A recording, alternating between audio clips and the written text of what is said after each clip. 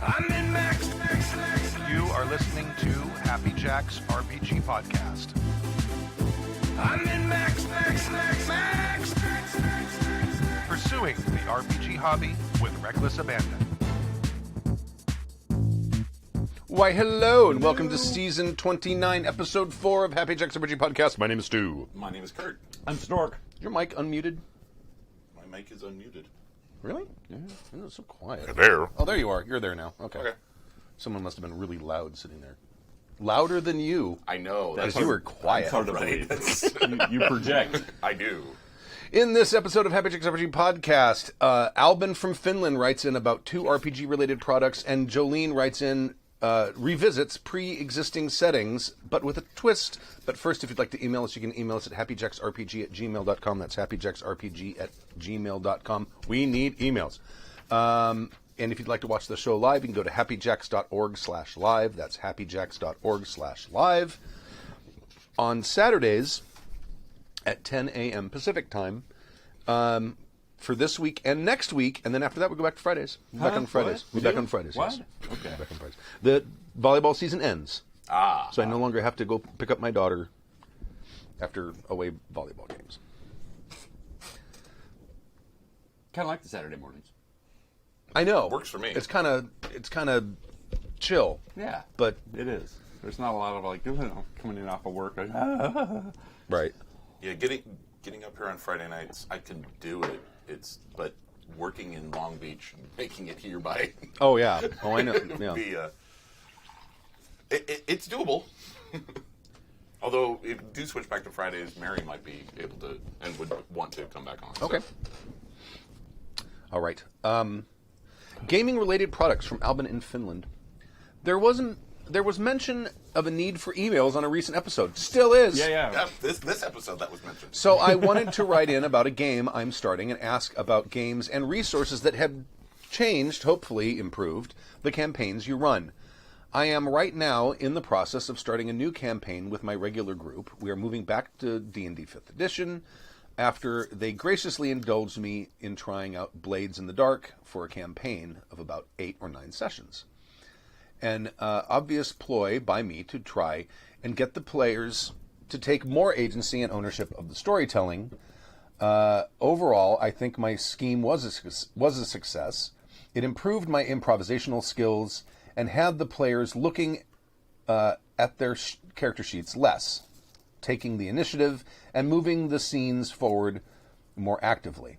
But it did also occasionally trigger one of my players' anxiety with how quote-unquote loose the rules felt compared with what they're used to. Hoping that some of the lessons learned will carry over, we put that experiment on hold and agree on returning to more familiar waters. That's a thing. We can talk about that later, but that whole anxiety caused by having no rules or very loose rules is a thing. There's preferences and there's nothing wrong.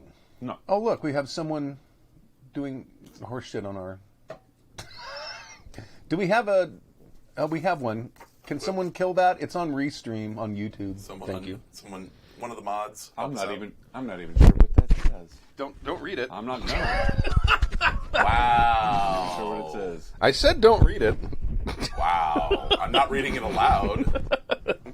I meant don't read it at all. Like, it's not necessary. Yeah. Wow. You want to continue reading? Sure. For me? Not one to be dissuaded, I am using this opportunity to test 2 other RPG-related products on them for the first time, both of which have recently been mentioned on the podcast. The first of which is Decuma. Oh, I've heard of that somewhere. Yeah, I can't remember where I heard of it. Yeah, right, exactly. And the other is Return of the Lazy Dungeon Master. Okay? Not familiar with that one. Well, Dungeon Master, he was so lazy he never actually put it out, so he actually had to put out Return of the Lazy Dungeon Master. I wish that was true. I really wish that was true. Missed you. Aim higher. For anyone listening who doesn't know what Decuma is, I'm not going to explain it because the crew on the show could probably do a better job of it than I. But there might even be a link on our page. There probably is. Yeah, goldenlassogames.com. But suffice it to say that our session 0 using it was a resounding success. It's a very good product. It's a very good product. We highly recommend it. It really is. Mine finally showed up. Really?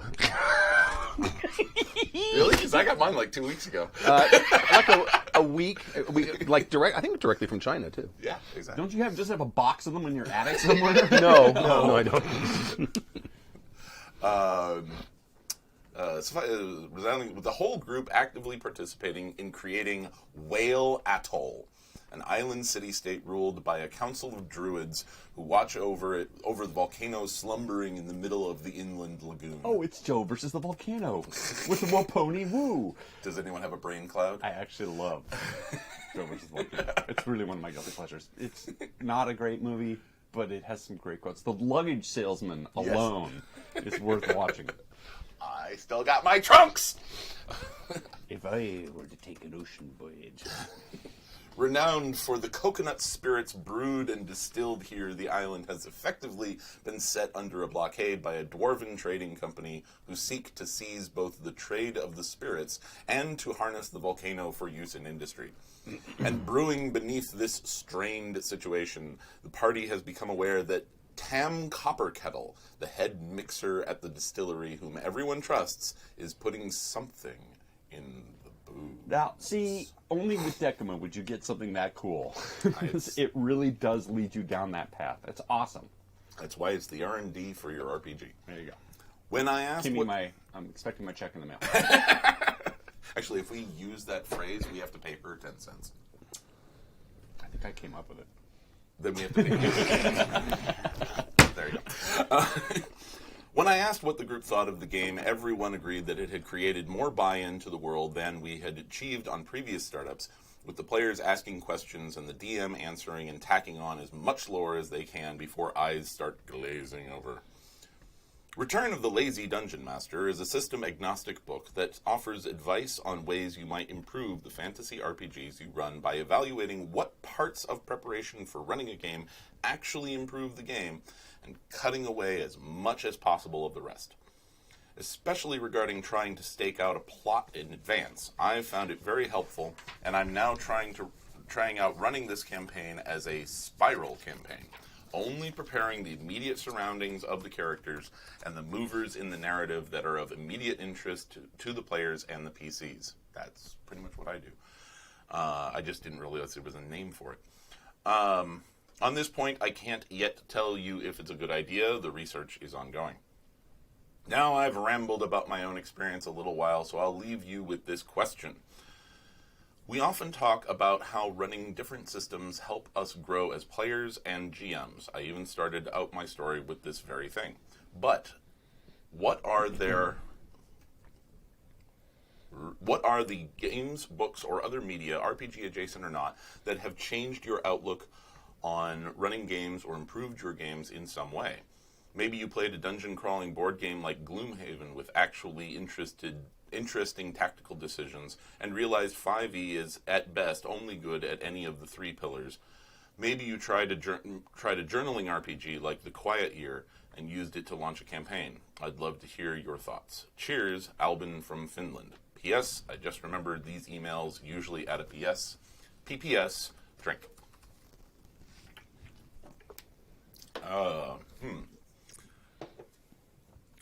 That most of there's a lot of trappings that you can throw into your game. Someone can make, depending on your personality and depending on the type of game, I suppose, it can make your job easier or make your job more complicated. Everybody's going to end up settling down into certain things that they like to use. Stu is a big one-note fan. Yes. And it has streamlined these games, but I know other people find it hard to use, so they don't use that. Some other people are more analog and just like to keep everything written down in books and folders, and that works for them. So it's kind of hard to say these are the things to use, because everybody's going to find something that they... you have to try it, I suppose. Yeah. So you have to be willing to go out there and check out things, which is maybe what you're asking. But I find that most people end up settling into things that work for them, and that's what they use. And they're not really going to change because it's already working. It's not broken. I don't need to fix it. Right.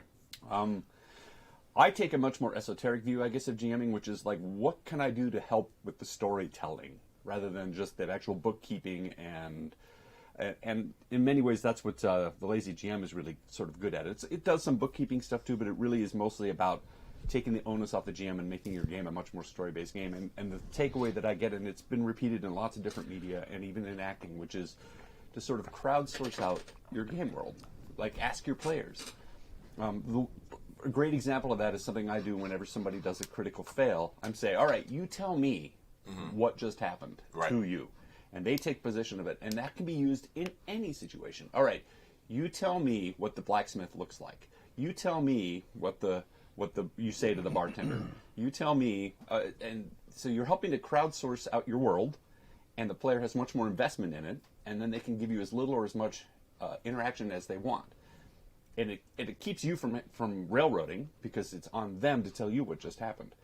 Now, it's not fail-safe, but I find it's actually a kind of, instead of you going, let me look up a rule for that, it's kind of a great way to pause and go, why don't you tell me what just happened?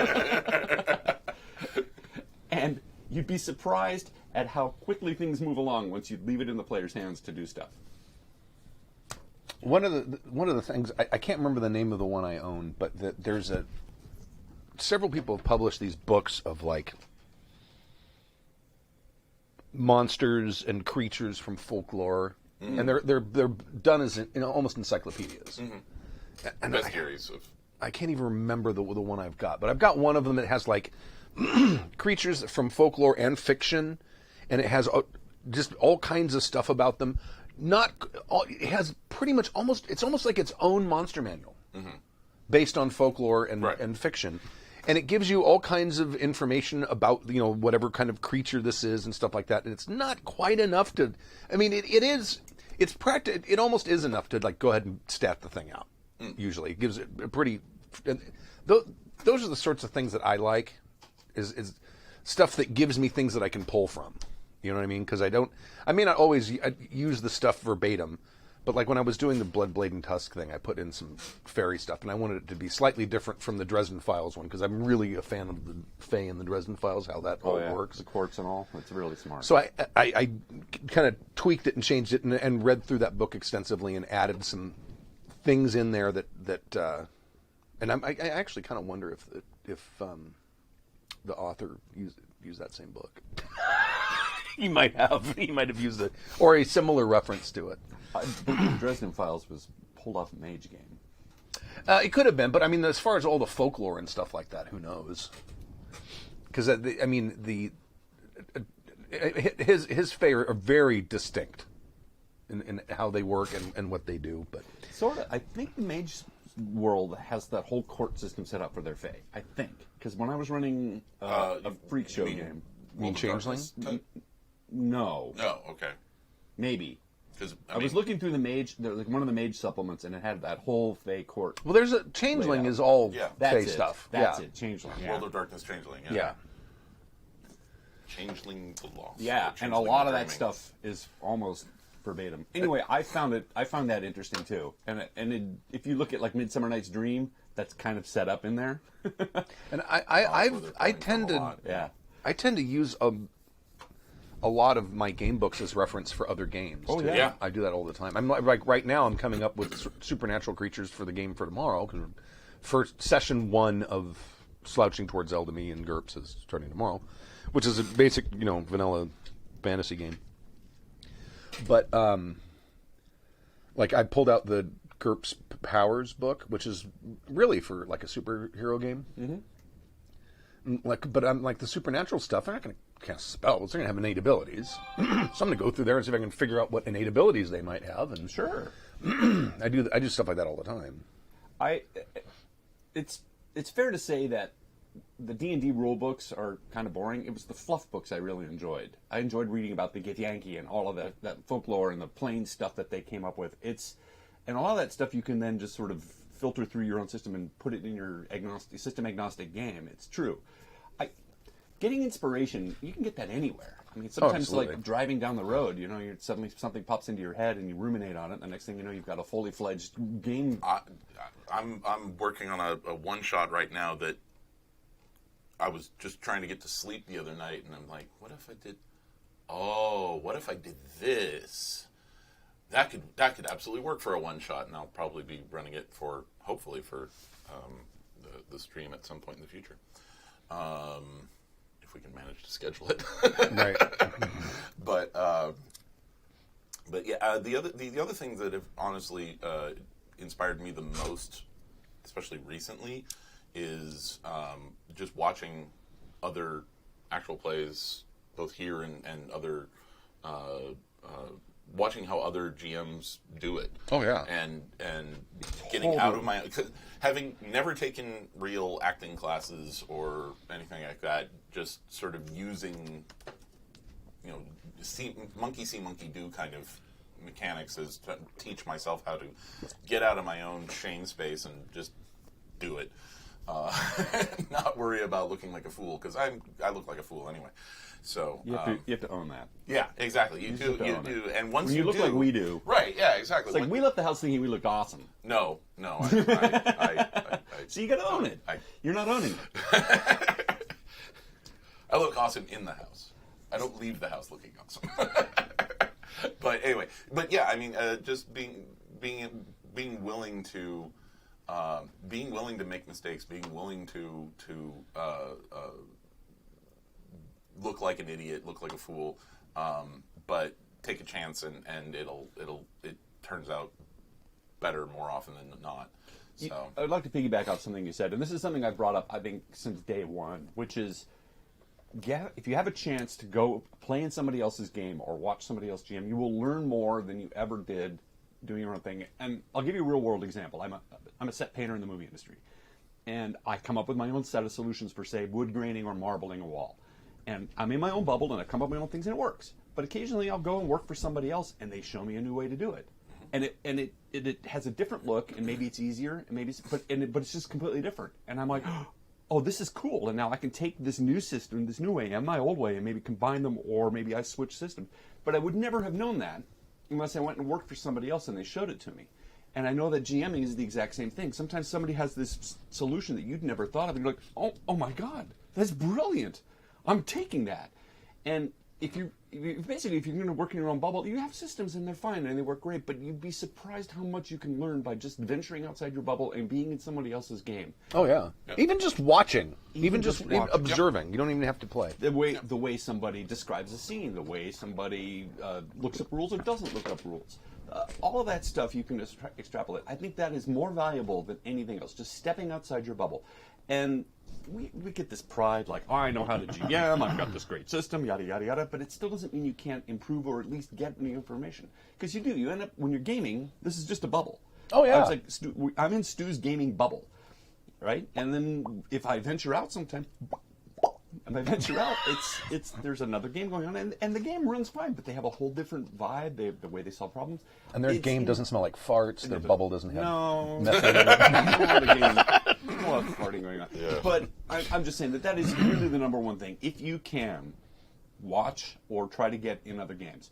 And sometimes the GM is awful, and you learn what not to do. Yeah, sure. Exactly. And I've been in a couple of those where you're like, I am never going to do that. I cannot believe the way that guy made me feel. Make a note to self. Do not bring up this stencil. Yeah. Whatever it is, you'd be surprised. Yeah. So, yeah, I really believe that that's the number one thing. All the other trappings and programs and other stuff is kind of ancillary. This is about running a game and finding what works for you, and being in it and watching other people do it. They solve problems differently, and you can learn a lot. I will say the probably one of the more successful game ideas that I've had was I ran it like 3 or 4 times. Same premise, but with different players every time. Mm-hmm. Even though they were playing the same characters, different players every time. It was a different game every time. Always. And I call it Heist. And it's a heist game. They're playing a bunch of thieves and you steal the MacGuffin and try to get away. Exactly, right. Yep. And I ran it once for the stream, so you can check it out somewhere on the website. But I love heist movies. So do I. I mean, they're just such a great, and between The other one that I've gotten into recently, that I've been sort of binging, is you talk about for Eldamy, you've patterned your character off of Jim Rockford. Yeah. Right? The one that I've been watching recently is Columbo. Yeah. And the complete 180 perspective on how a mystery should work. It's not a whodunit, it's a how'd you get him. Right. Right. Very good distinction. I like Yeah, that. but Columbo allows me to look at the heist genre from the villain's point of view instead of from the detective's point of view. Right. And thanks to Peacock, I can watch it all for free. Excellent. So, Jim Rockford was more like a Bugs Bunny kind of character. He never really sought out violence, and things always happened to him, but he always seemed to be one step ahead. He always seemed to have one little. It's like he kind of knew. The best analogy I ever heard was when they started this. The reason James Garner wanted to take it was that years ago he had done a couple of movies and even a series called Maverick. right. And they tried to reboot it, but nobody has the charisma of James Garner. It didn't quite work. But anyway, Maverick was always this sort of almost a Mary Sue gunfighter who just didn't really. He was kind of sarcastic and ironic and funny, and just didn't really. But he always seemed to be one step ahead of everybody. He always kind of had because he was super smart. And that's the way Jim Rockford worked. It was like an updated Maverick for the 1970s, yeah. Yeah, and it's the really 1870s. It's really fun. But he always ends up in When situations. was Maverick done? I thought Maverick was after Rockford Files. The movie Maverick with Mel Gibson was after. Yeah. That was in the 90s. Yeah. But was support a your good local, movie. support your local sheriff and Support support your local local sheriff, yeah, gunfighter. there you go. Those were the movies that came out. Oh, okay. And there's a whole scene in there where the jail is still being built and they don't have bars. And so he gets some red paint and he dribbles it around and the deputy's watching him like, what are you doing? And so then they get the bad guy and he says, now I'm going to need you to stay in this cell here. It's like, well, what? There's no bars. And he goes, well, what's that red stuff? Well, that's the blood of the last person that tried to get it. Stays right in there. Like, stuff like that is what Rockford was great at. That's all And that's was left of the even last guy better. who tried Oh, to that's what happened to the last fella that tried to escape. Steps in and stays there. Yes, sir. Oh, God. That's funny. I personally love in that same one because I've seen that and like the prisoner's like brother or father or something like that comes to visit like, what the hell are you doing in here?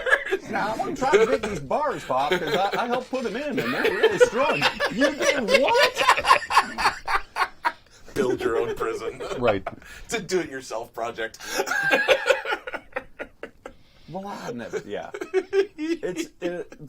Go ahead and check those out if you really want. And again, it's that sort of Bugs Bunny-esque thing. You know, Bugs Bunny always seemed to just know. He was always seemed to be one step ahead of everybody. Right. And Especially that the kind of- coyote. Yeah. Did he ever go up against Wile E. Coyote? No, I'm thinking of the Roadrunner. Never Roadrunner, mind. yeah, exactly. Bugs Bunny was up against either Daffy or against Elmer Fudd. Another thing, another character built with too thin of a neck. Always bugs me. Daffy? Thing? Too thin of a No, neck. no, the Bugs? Bugs and the Roadrunner, the necks are just too Oh, thin. gotcha. They wouldn't possibly Depending hold up their own on necks. who directed it and who's wrote now, you know, according Oh, God. Don't get me going. All right. Thank you, talking Albin Warner from Brothers. Finland, a country which, according to some conspiracy theorists, does not exist. What? Finland does not exist. You haven't heard that conspiracy theory? I don't troll the same websites you do. I don't know why not. Great fun. But yes, Finland is one of those countries that doesn't exist. I think it's tied in with the flat earthers. I'm aware that there is no such place as Wyoming. Wyoming is actually an ancient native word that means no state here. Or Nebraska, because what's in Nebraska? The penis of the plains. Yeah, Finland It's doesn't the state exist. capitol building. Finland not existing is a total thing. Oh, It's a total thing. My theory about Finland is it's actually ancient elves. They live there, and they put out the first cell phone. Finland, the weird little island in the snow, put out the cell phone. Came up with that. What? That's my whole theory. They're immortal elves, and they live there. Ancient European civilization. That's true. Wasn't Motorola? No. Anyway. Nokia, you're thinking Yeah. of? Aren't they Anyway. Swedish? Never mind. Nope. Anyway, but I think you do exist, Finland. So, but I do. Haven't you been to Finland? No, Denmark. No? Oh, okay, all right. And that's the other thing. My parents have been to We have a friend who's Very culturally different. We have a Yes. Bill has a friend who's married to a Finnish woman, and I often said to her, "It's like you guys aren't Scandinavian." She started to get mad at me. It's like, no, you're not. You're only kind of Scandinavian by geography. You're Laplanders, and the Finnish language is like the Proto-European language. It's a non-Indo-European language. It That has and, no- like- Is it really non-Indo-European? It is non-Indo-European. No shit, wow. It is. It has no similarity except in. Hungarian Well, yeah, That's the other closest Hungarian and Basque. and Finnish. And Finnish, yeah, those have a common root, but they do not share common roots with German or Danish or Swedish or Norwegian or Yep. Russian or French or Italian or any of those. It's So- the Proto-European language, so much so that Tolkien, who was a linguist by trade, structured his Elvish language around Finnish.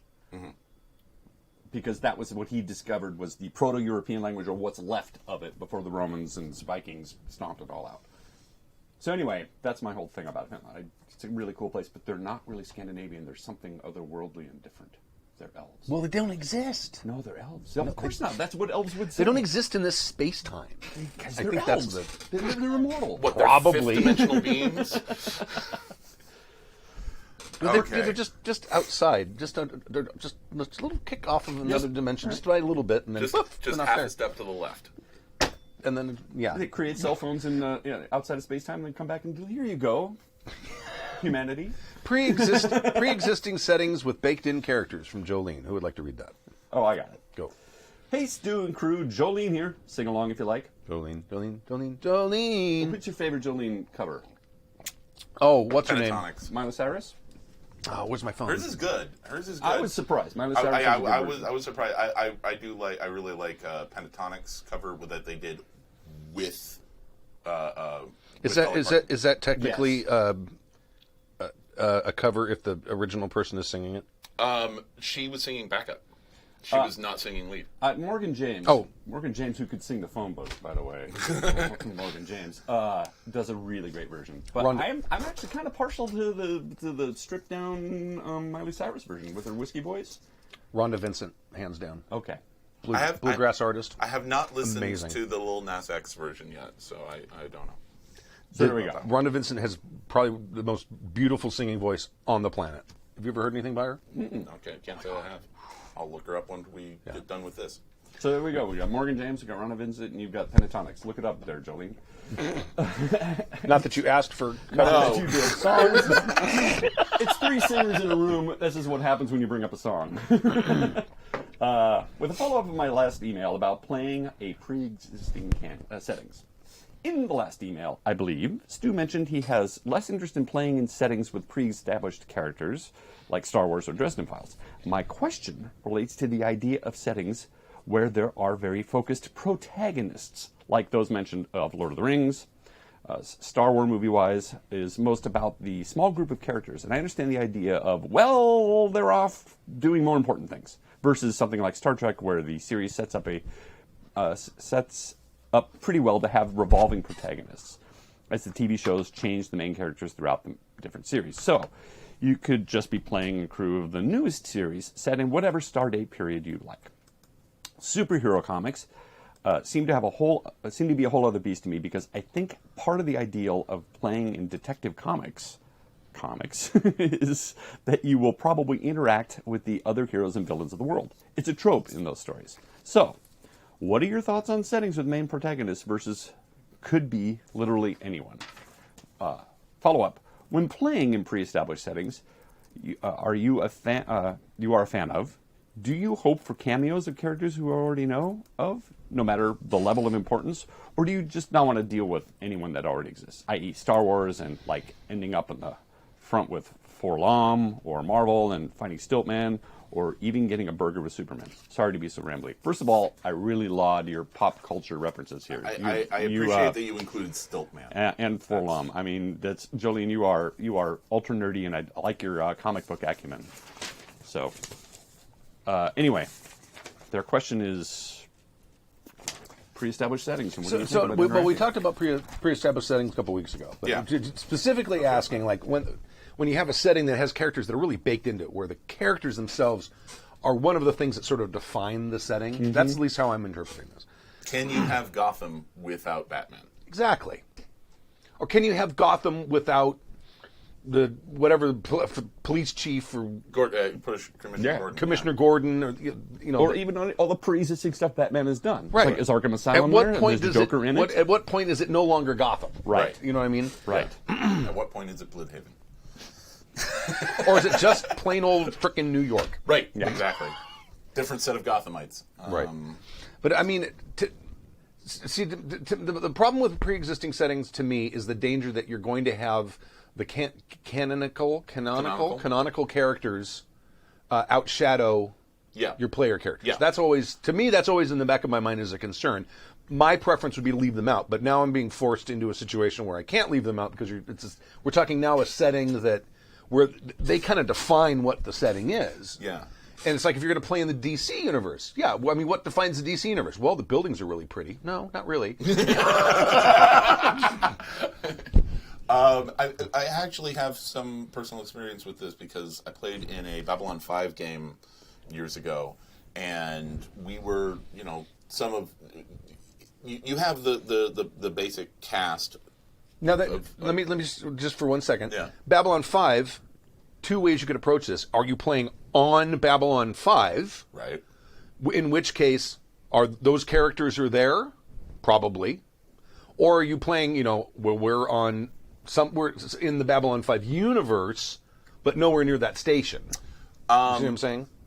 We had limited interaction with the station itself. Mm-hmm. We were there for one of the really important canonical showdowns that happened in the series. Okay. And that sort of helped shape our group's allegiances to each other. It was a catalyzing event.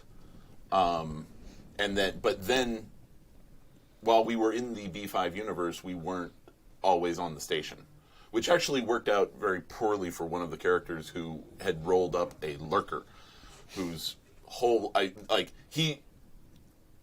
he would have done very, very well had we been on the station, because he would have been the sort of the underground contact kind of person. Right. And it's like, okay, if we're down in Brown Sector, yeah, you can absolutely take point on this because you are the one who will blend in. Me playing a techno mage, I'm not going to be able to blend in nearly so well.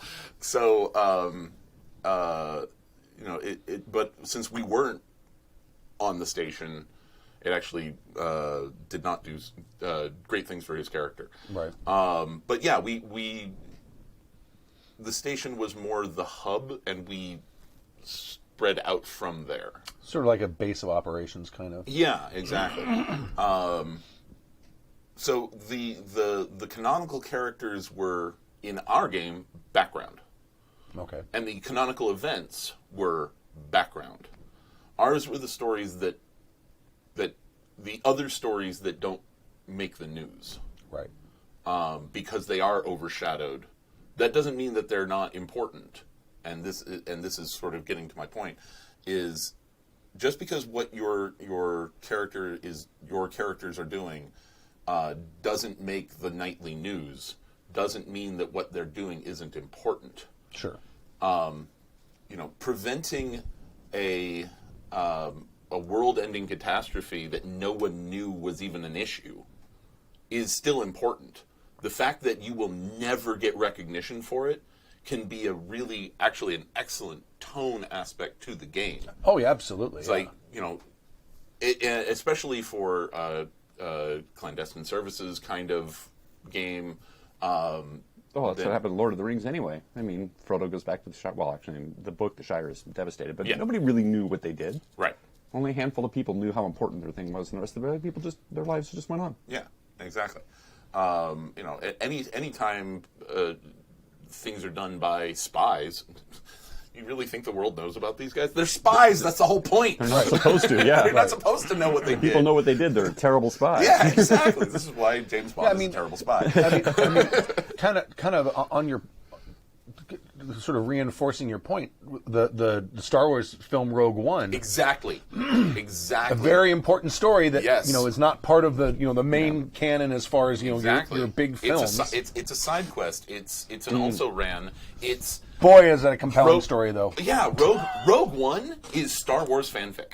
Absolutely, yes, it is. It's Star Wars fanfic that has been made canon. That and it just but and Solo, same thing. Yeah. It's Star Wars fanfic that has been made canon.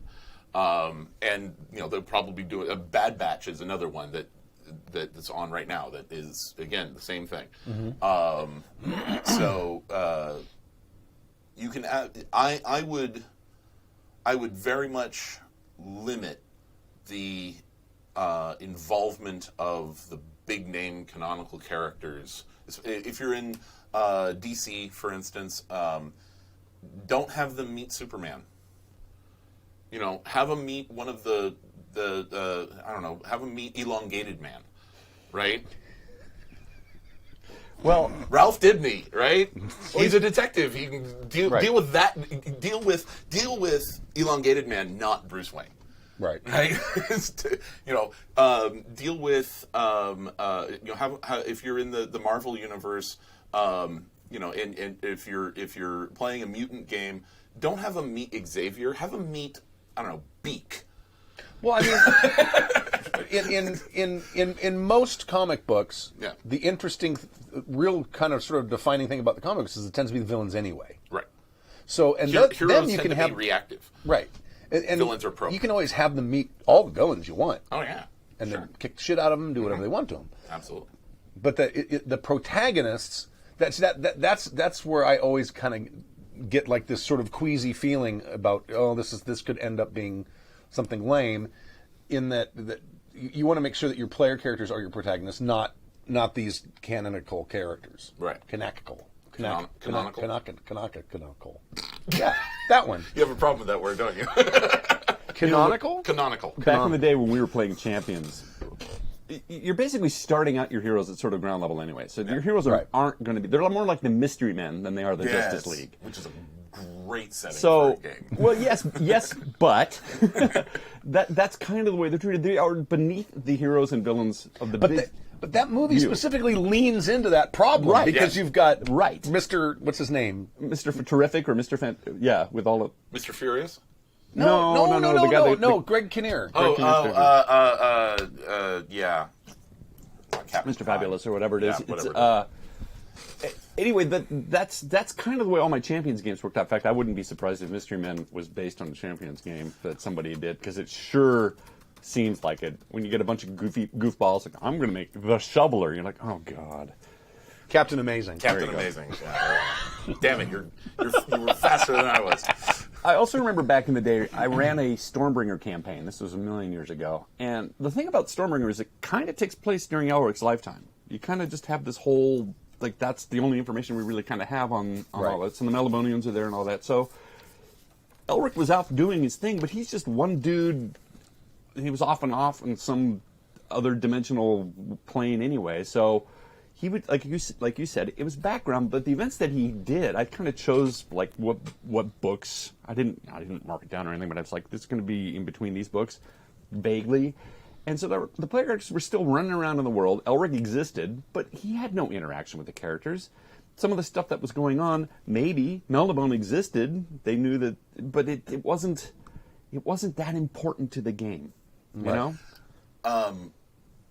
Another example. Been watching Critical Role since lockdown started, and there were a series of events in their second campaign where they various different events where they met characters from the first campaign, because the two campaigns were set 20 years apart. Okay. Or 10 years apart, something like that. 20 years. And there was always this huge reaction from the players when they met someone they recognized from their The previous game. campaign, right. So it doesn't even have to be established big IP. No. If you're playing if you're playing a campaign and you're referencing characters from a previous campaign that you ran, that your players were involved with, even if it's not all the same players, there can be that level of recognition from a background, someone they meet in the background, someone they meet that they have a strong memory of. And it will probably feel more personal there than if your street level,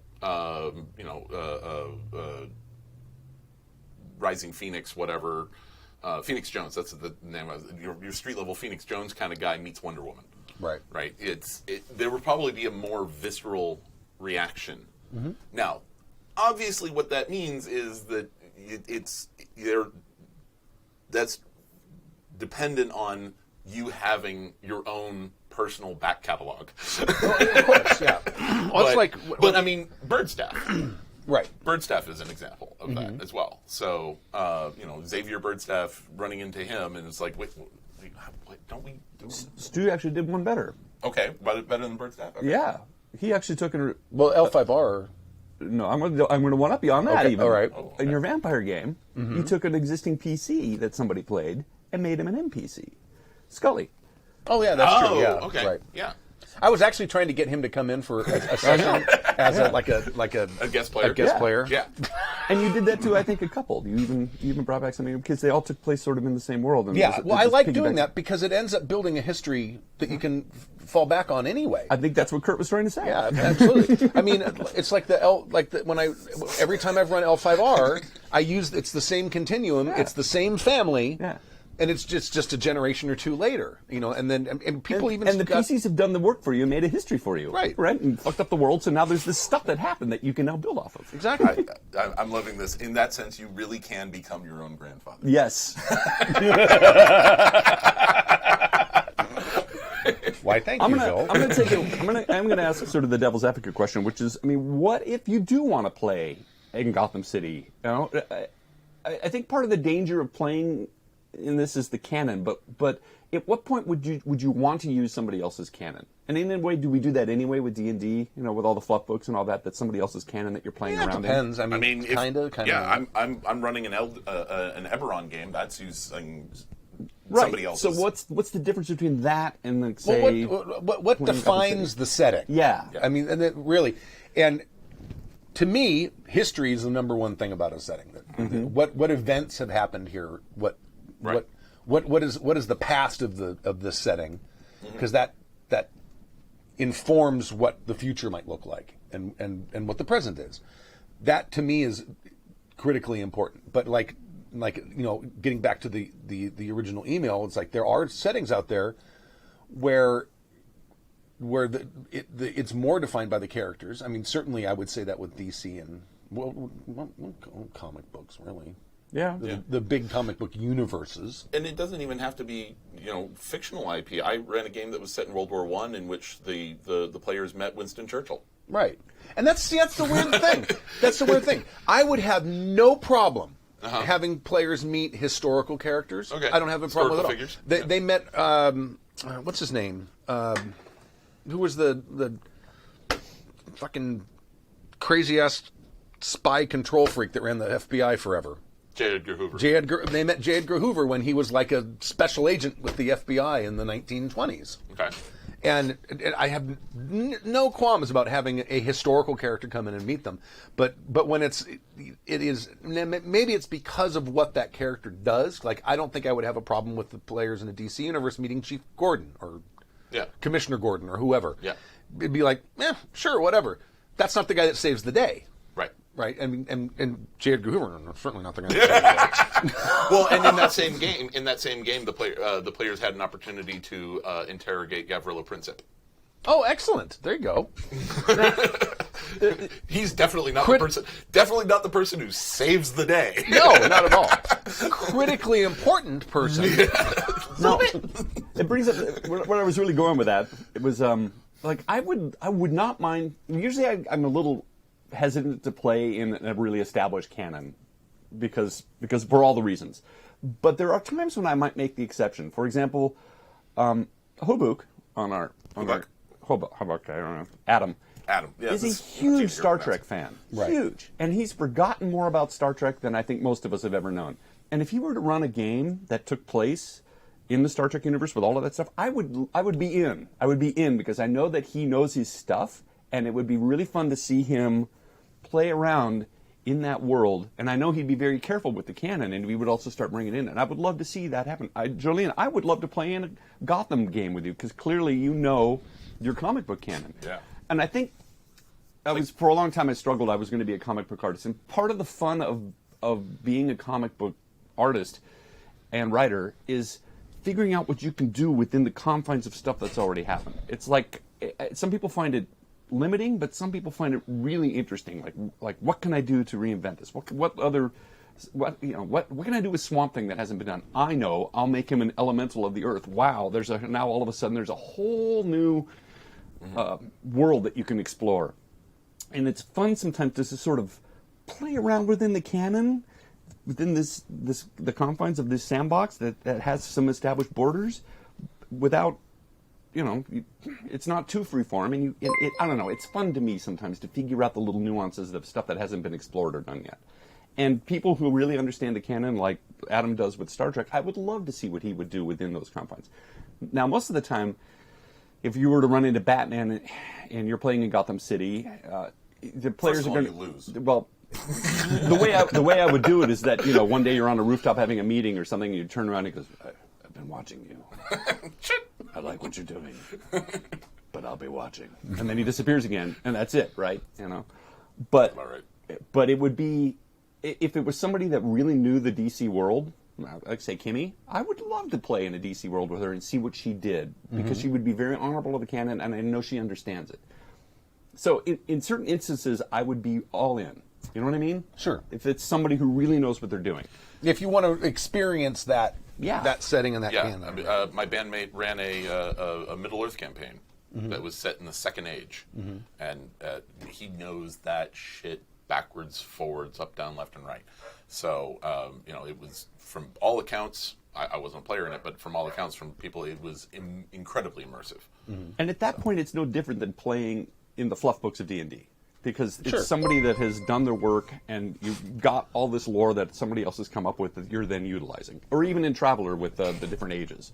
I know when you were playing Traveller, you were at first, you were, I put us like right before I think the Fifth Frontier War. And you did all the work and figured out all the history and Right. all the stuff. And all that stuff was happening while we were playing. Right. It didn't really affect us, but it was important for you. So Right. that you knew what you could do and where. Well, it would eventually have affected you because a war was coming. You just didn't quite know it. Right. Because you guys were like finding, Zodani ships hidden And so dead what's space in the middle of the Imperium that and shit. canon was created by fans and by Traveller. That doesn't make it any different than Oh, the, I mean, the well, mutants. the Traveller canon spans a lot of games. Yes, it does. It spans board games, and there's all kinds of. They made all kinds of stuff back in the '80s to kind of support that universe. So I guess what I'm saying, I'm pointing out the disconnect between playing in Marvel Universe and playing in the Traveller Universe, in which there are established canon and history and rules and people that have done things. What makes it any different? I think the biggest difference is the familiarity of the players. Yeah. And that's you might get called on shit. Yeah. In a real established fictional setting. Right. Whereas in a game setting, like when we were playing that Traveller game. So, well, actually, the Zodani did not invade until 1107. And according to official reports. And in the comic book world, you're going to run into people like, if you're playing in Gotham City, it's like, I'm going to go up to Bruce Wayne's mansion and confront him. And you're like, no, wait, what? Because everybody knows that Batman is Bruce Wayne. And your characters would then be burdened with that excess knowledge. Right. So it can get in the way. It's, I don't know. In many ways, playing in established IPs isn't any different than playing in the gaming established IPs. It's just sort of maybe a matter of perspective. People just a little more sensitive about it. If it's something that they care about. Right? Yeah. I mean, it's like my reaction to the DC movies and your reaction to the DC movies. Yeah. Like you were like genuinely mad at me for liking Man of Steel.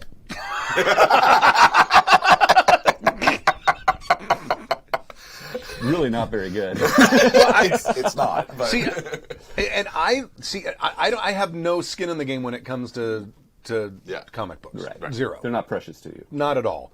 So the idea that someone took the Superman character and flipped it around and said, let's look at this from the other side of the sort of paranoid point of view of like, this is an alien from another planet who's all powerful. This is looking Think at of the Superman many ways this could go wrong. This is looking at Superman from the Lex Luthor point of view. or the Stu Venable point of view, Or really. just They're both bald. Yeah. They both both run an evil empire. Yeah, they both run an empire. You know what? I've never seen Stu and Lex Luthor in the same place. Coincidence? At the same time. That's right. I think not. But I personally, I thought that was a fascinating take on the whole goatee. He's the evil. See, and you both are like, now you're like both like trying to block the fact that I like the movie that you guys don't like. I just don't want you to go on and on about it and embarrass yourself in front of the world. Oh, I don't think I have. Not at all. Are you kidding? He gets on stage with you. How concerned could he be about that? That's right. Which brings us back to, I left the house thinking I looked good. All right. Let's go ahead and call it. Oh, I have do we not, I have world building, but we're running. We're running long. Yeah, we're running a little long. It's only 10 till, but okay. Where is it? No, that's not the one. Never ever. I'm going to have to. Just remove that button. Why do we even have that button? It was from the old. It's the old one, I know. and I should get rid of it, but someone may ask to hear it someday. You never know. Well, no, they hear it. They won't. They hear that. But they might. They hear the first couple notes of it every show. New listeners are going to wonder what the hell it is that we are not playing. Thank you for joining us. Oh, that's not the wrong one. Oh, there it is. Thank you for joining us for season 29, episode 3 of Happy Jacks RPG Podcast. My name is Stu. I'm Kurt. Stork. And we'll see you next week at on Saturday, again, 10 a.m. Pacific time. For the last time on Saturday. Then we'll be back on Fridays at 7 p.m. Pacific time the next Friday. Thank you very much. And tomorrow, first session of Slouching Towards Eldamy. That's right. I don't know how stupid it's going to be. It's going to be pretty stupid. But I've got a real stupid opening scene planned. So we'll see. Thank you very much. See you next time. Bye.